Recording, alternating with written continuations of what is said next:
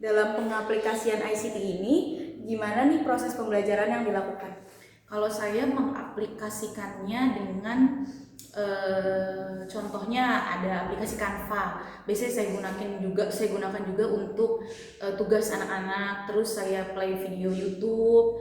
Terus saat beberapa kali pernah ada pembelajaran jarak jauh dari rumah, saya menggunakan Google Classroom. Itu yang biasa saya gunakan sih.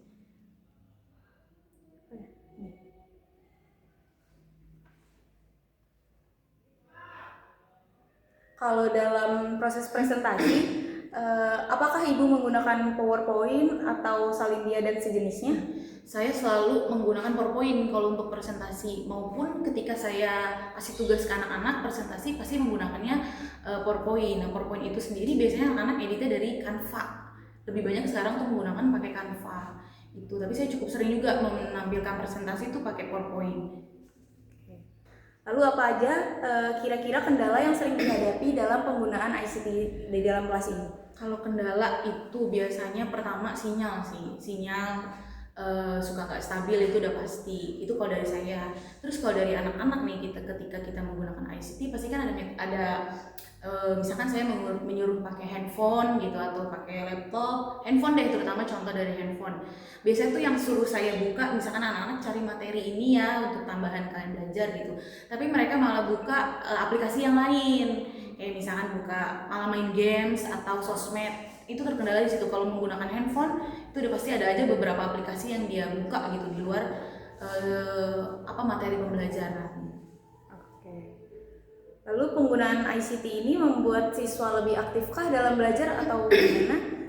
Membuat siswa lebih aktif, iya. Karena ketika saya suruh gitu ya, contohnya saya suruh mereka buka materi ini ya, coba di ebook misalkan, saya suka gunain ebook atau e-learning, e-library gitu ya. Mereka bisa lebih berpikir lebih lebih aktif gitu untuk menjawab pertanyaan. Terus mereka bisa lebih cepat menangkap pertanyaan juga gitu, mencari jawabannya itu lebih aktif, lebih bagus sih menurut saya, daripada metode yang saya kasih tuh hanya saya belajar dari buku gitu, buku saya baca atau anak-anak baca. Tapi ketika pakai ICT mereka bisa mencari jawaban seluas-luas mungkin menurut saya. Oke, selanjutnya itu gimana sih ICT ini membantu siswa dalam memahami materi? Kan tadi Ibu mengajar tentang perhotelan ya. Nah, gimana cara membantu siswanya dalam memahami materi perhotelan ini?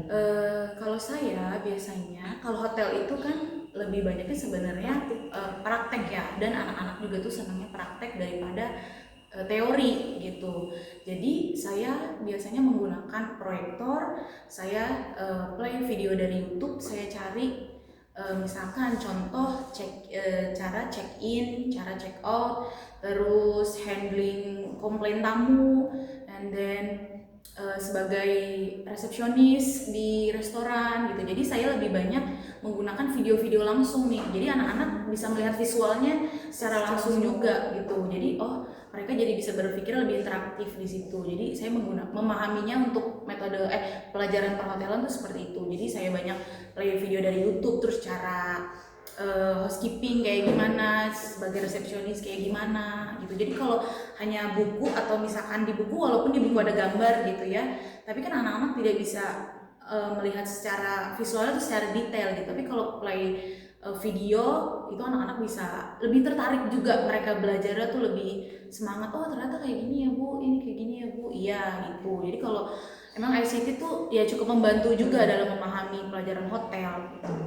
Berarti terus gimana responnya? Kan tadi juga disebutin juga beberapa ya, responnya itu anak-anaknya lebih menarik pembelajarannya gitu. Terus kalau untuk lebih detailnya gimana tuh rata-rata siswa ini ngerespon tentang pembelajaran lewat ICT ini? Responnya cukup positif, cukup baik, dan saya merasa juga anak-anak tuh lebih seneng kalau saya menggunakan ICT gitu ya, kayak ya gitu play video ataupun quizzes. Saya juga suka pernah sekali pakai quizzes juga tentang hotel. Di quizzes tuh juga ada kayak mereka tuh kayak main games, tapi tuh setiap games itu ada pertanyaan. Nah tetap saya berkecimpungnya dalam materi hotel, jadi anak-anak cukup menarik gitu. Kebetulan saya kan ngajar kelas 10 di sekolah saya nih, belum ada praktek kayak jadi housekeeping atau jadi waiters gitu ya. Jadi ya saya lebih banyak menggunakan ICT ini untuk anak-anak belajarnya lebih dalam melihat visualnya gitu kan. Kalau dari YouTube anak-anak bisa melihat secara walaupun secara tidak langsung gitu, tapi mereka bisa melihat gambarannya seperti ini gitu. Terus visual hotelnya juga seperti apa gitu kan. Karena banyak anak-anak juga yang masuk jurusan hotel tapi dia nggak tahu mungkin ya bangunan hotelnya tuh kayak gimana, dalamnya tuh seperti apa gitu. Jadi ICT tuh ngebantu, cukup sangat amat ngebantu untuk anak-anak melihat gimana bangunan hotel, bentuk kamar hotel, kamar mandi di hotel, terus area hotel gitu. Jadi mereka lebih senang dan meresponnya juga cukup positif gitu, daripada saya hanya cukup menerangkan tapi saya nggak ada gambaran, nggak ada visual gambaran yang anak-anak lihat gitu. Jadi mereka cukup positif, terus juga jadi bisa berpikir lebih interaktif gitu. Itu sih paling. Terus juga kan tadi udah disebutin ya hambatannya seperti anak pakai HP itu malah buka game, malah distract buka sosmed gitu. Nah sebagai guru tuh biasanya solusinya tuh apa buat nanganin anak-anak yang seperti itu? Oke, kalau lagi saya misalkan disuruh boleh nih kita menggunakan handphone gitu ya. Coba kamu buka ini materi ini misalkan kita belajar sama-sama nih gitu ya. Terus ya paling saya solusinya saya keliling terus, saya pantau, walaupun tidak bisa semua saya pantau ya, tapi paling tidak mengurangi anak-anak yang misalkan lagi buka, misalkan saya suruh buka materi A gitu ya, terus dia geser dulu nih ke sosmed gitu. Bisa saya keliling, kamu ini saya kasih arahan sih, biasanya saya kasih arahan, saya keliling terus jadinya saya pantau, habis itu ya udah misalkan anak-anak balik lagi nih ke buka ke materi yang saya kasih lagi. Ntar kalau saya udah menghilang dikit, balik lagi nih ke YouTube lagi. Ya mau nggak mau, disitulah peran saya sebagai guru yang memang harus saya tekankan. Kalau tidak ya paling handphone saya sita gitu. Kalau kamu nggak mau, kamu nggak bisa dibilangin, nggak ngerti, yaudah kita nggak usah belajar pakai handphone saya sita.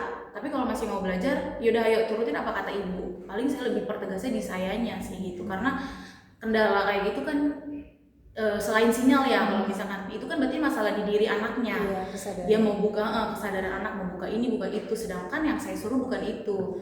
Jadi ya mungkin di sayanya nih yang harus lebih tekankan sebagai guru itu sih. Oke, sebagai penutup wawancara ini Bu, ada nggak pesan nih buat mungkin calon guru atau guru-guru yang generasi muda atau yang senior untuk dalam menggunakan ICT ini? Yang pertama, kalau mau jadi guru dulu harus siapkan mental banget. Mau itu nanti ngajarnya anak SD, TK, SD, SMP, SMA itu harus punya mental yang cukup luar biasa gitu ya. Lagi sekarang banyak banget guru-guru muda yang pasti lebih cerdas gitulah, lebih banyak wawasannya. Terus kalau dalam penggunaan ICT itu sangat amat bisa dimanfaatkan dengan baik menurut saya, apalagi kalau misalkan sekolahnya terkendala beberapa fasilitas yang misalkan tidak mencukupi, kayak misalkan SMK harusnya tersedia beberapa lab gitu ya. Kalau SMK kan harusnya ada lab akuntansi sendiri, terus lab komputer, lab perhotelan kayak gitu. Nah, apabila ada terkendala, ICT itu sangat penting. ICT itu sangat penting untuk membantu pembelajaran tersebut. Karena dari internet itu kita bisa dapat banyak ilmu apa saja ya kan, benar-benar apa saja yang bisa kita ambil dari situ. Bahkan guru pun mungkin juga ada beberapa guru yang masih belajar nyari di internet gitu. Jadi memang hal positifnya tuh banyak banget yang bisa kita terima dari ICT ini sih, itu menurut saya. Baik, terima kasih Bu Mazaya.